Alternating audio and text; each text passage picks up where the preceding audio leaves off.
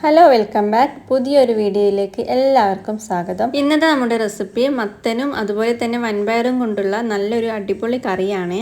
അപ്പോൾ അതെങ്ങനെയാണെന്ന് നമുക്ക് ഉണ്ടാക്കുന്നത് നോക്കാം. അതിന് മുന്നേ എൻ്റെ വീഡിയോ ആദ്യമായിട്ട് കാണുന്നവരുണ്ടെങ്കിൽ ചാനലൊന്ന് സബ്സ്ക്രൈബ് ചെയ്ത് സപ്പോർട്ട് ചെയ്യണേ.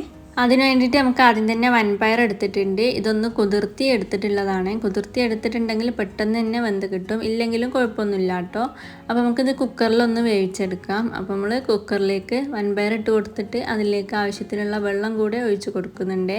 പിന്നെ ഇതാ ഉപ്പും കൂടെ ചേർത്തിട്ട് ആവശ്യത്തിനുള്ള മഞ്ഞൾപ്പൊടി ഒരു 3/4 സ്പൂണോളം മഞ്ഞൾപ്പൊടി ഞാൻ ചേർക്കുന്നുണ്ട്. കുതിർത്തിട്ടുള്ളതുകൊണ്ട് തന്നെ പെട്ടെന്ന് തന്നെ ഇത് വെന്ത് കിട്ടും കേട്ടോ. അപ്പോൾ ഒരു 5-6 ഫിസിലുകൊണ്ട് തന്നെ ഇത് വെന്ത് കിട്ടിയിട്ടുണ്ട്. ഇല്ലാന്നുണ്ടെങ്കിൽ അതിനനുസരിച്ച് നിങ്ങൾ വേവിച്ചെടുക്കണേ. അപ്പോൾ നമുക്കിതൊന്ന് വേവിച്ചെടുക്കാം. ആ ഒരു ടൈം കൊണ്ട് നമുക്ക് മത്തനും ഇതുപോലെ തന്നെ വേവിച്ചെടുക്കാം. ഒരു ചെറിയ പീസ് മത്തനാണ് കേട്ടോ ഞാൻ എടുത്തിട്ടുള്ളത്. ഇതൊന്ന് നന്നായിട്ട് വൃത്തിയാക്കി ചെറിയ കഷ്ണങ്ങളാക്കി എടുക്കാം കേട്ടോ. മത്തനും വൻപയറും വേറെ വേറെയാണ് കേട്ടോ നമ്മൾ വേവിച്ചെടുക്കുന്നത്. ഒരുമിച്ച് വേവിക്കാണ്ട് ഇങ്ങനെ കേട്ടോ നല്ല ടേസ്റ്റ് ഉണ്ടാവുക. അപ്പോൾ അത് ചെറിയ പീസാക്കി നമ്മൾ എടുത്തിട്ടുണ്ട്. അതിലേക്ക് കുറച്ച് മഞ്ഞൾപ്പൊടിയും പിന്നെ ഉപ്പ് ആവശ്യമുണ്ടെങ്കിൽ മാത്രം ഇതിൽ ചേർത്താൽ മതിയേ. ഞാൻ വൻപയറിൽ ചേർത്തതുകൊണ്ട് തന്നെ ഇതിൽ ചേർക്കുന്നില്ല. ഇനി കറി ആയതിനു ശേഷം ഉപ്പ് നോക്കിയിട്ട് പാകത്തിന് നമുക്ക് ചേർത്ത് കൊടുക്കാം കേട്ടോ. അപ്പോൾ അത് മഞ്ഞൾപ്പൊടിയോടെ ഇട്ടിട്ട് നന്നായിട്ട് തന്നെ വേവിച്ചെടുക്കുക. അത് പെട്ടെന്ന് തന്നെ വെന്ത് വരുന്നതുകൊണ്ട് തന്നെ കുക്കറിൽ ഇടേണ്ട ആവശ്യമില്ല കേട്ടോ. ഈ ഒരു ടൈം കൊണ്ട് നമുക്ക് ഇതിന് വേണ്ട അരപ്പ് തയ്യാറാക്കാം. അതിന് വേണ്ടിയിട്ട് ഞാനൊരു അരമുറി തേങ്ങൻ്റെ ഫുള്ളായിട്ട് എടുത്തില്ല, ഒരു 3/4 ഭാഗം എടുത്തിട്ടുണ്ട്. അതിലേക്ക് ഒരു 5 ചെറിയ ഉള്ളിയും 10 കാന്താരി മുളകും ഇട്ടിട്ടുണ്ട്. കാന്താരി മുളക് ഇല്ലയെന്നുണ്ടെങ്കിൽ ഒരു 5-6 എരിവിന് ആവശ്യത്തിനനുസരിച്ച് പച്ചമുളക് ചേർത്താൽ മതി കേട്ടോ. ഇതിലേക്ക് കുറച്ച് വെള്ളം കൂടെ ചേർത്തിട്ട് ഒന്ന് അരച്ചെടുക്കാം. അപ്പോൾ ഇതാ നമ്മുടെ മത്തൻ നന്നായിട്ട് തന്നെ വെന്ത് വന്നിട്ടുണ്ട്. വെള്ളമൊക്കെ കുറച്ച് വറ്റിയിട്ടുണ്ട്. വെള്ളം അധികം ഉണ്ടെങ്കിൽ കുഴപ്പമൊന്നുമില്ല. അപ്പോൾ ഇതാ നമ്മളിത് നന്നായിട്ട് തന്നെ ഉടച്ചു കൊടുക്കുന്നുണ്ട്. കട്ടൊന്നും ഇല്ലാണ്ട് നന്നായിട്ട് തന്നെ ഉടഞ്ഞിട്ടുണ്ടെങ്കിൽ നല്ല ടേസ്റ്റ് ഉണ്ടാവും കേട്ടോ. അത് കടിക്കാണ്ട് ഒന്ന് അലിഞ്ഞ് ചേരണം. അതുപോലെ നമ്മൾ നന്നായിട്ട് തന്നെ ഉടച്ചു കൊടുക്കുന്നുണ്ട്.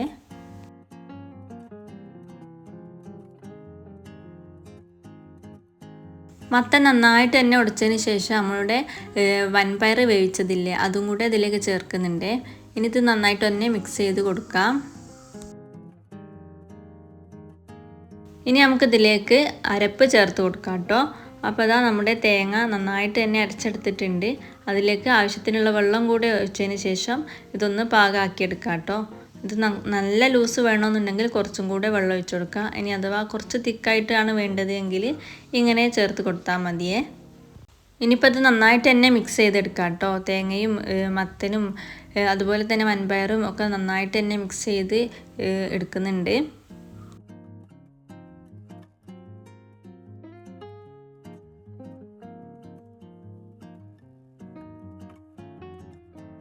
ഇനി ഇതൊന്ന് മൂടി വെച്ചതിന് ശേഷം ഒന്ന് തിളപ്പിച്ചെടുക്കാം കേട്ടോ. മുഴുവനായിട്ട് തിളയ്ക്കേണ്ട.